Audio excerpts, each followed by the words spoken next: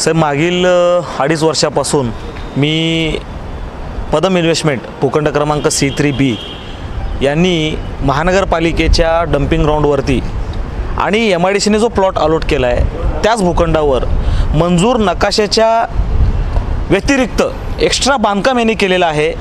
याची माहिती यांना मी 2018 पासून दिलेली आहे, परंतु अद्याप याच्यावर या लोकांनी कोणती कायदेशीर कारवाई केलेली नाही। शासनाचा एवढा मोठ्या प्रमाणात जो महसूल आहे तो बुडतोय, कारण तो खूप मोठ्या प्रमाणात बांधकाम करून ती सगळं भूखंड तो वापरतोय, पण ते महसूल न देता हे बेकायदेशीररित्या तो हे सगळं करतोय आणि MIDC जे अधिकारी आहेत त्याला ते पाठीशी घालतायत, कोणत्याही प्रकारची कारवाई त्यावर करत नाही आहेत। तर आज मी या ठिकाणी पोतराजाच्या वेशेमध्ये हलगी वाजवणे अधिकारी जागवण्यासाठी हलगी वाजवून यांना अधिकाऱ्यांना जागा करण्याचा प्रयत्न आजच्या या आंदोलनातून मी केलेला आहे।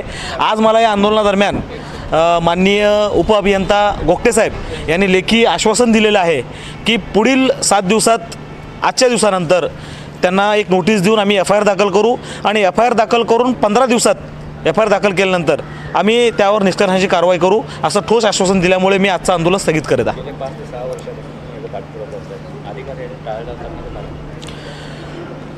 गेली 5 ते 6 वर्षे मी या अतिक्रमणासंदर्भात निष्कर्षित करण्यासाठी मागणी करतोय, परंतु अधिकारी याला टाळाटाळ करतायत। याचं एक कारण असू शकतं, एकतरी राजकीय कुठल्या व्यक्तीचा यांच्यावरती दबाव आहे किंवा यांचे त्या जो भूमाफिया आहे त्याच्याबरोबर यांचे कुठेतरी लागेबंदे आहेत, म्हणून महाराष्ट्र औद्योगिक विकास महामंडळाचे अधिकारी आहेत ते कारवाई करत नाही आहेत।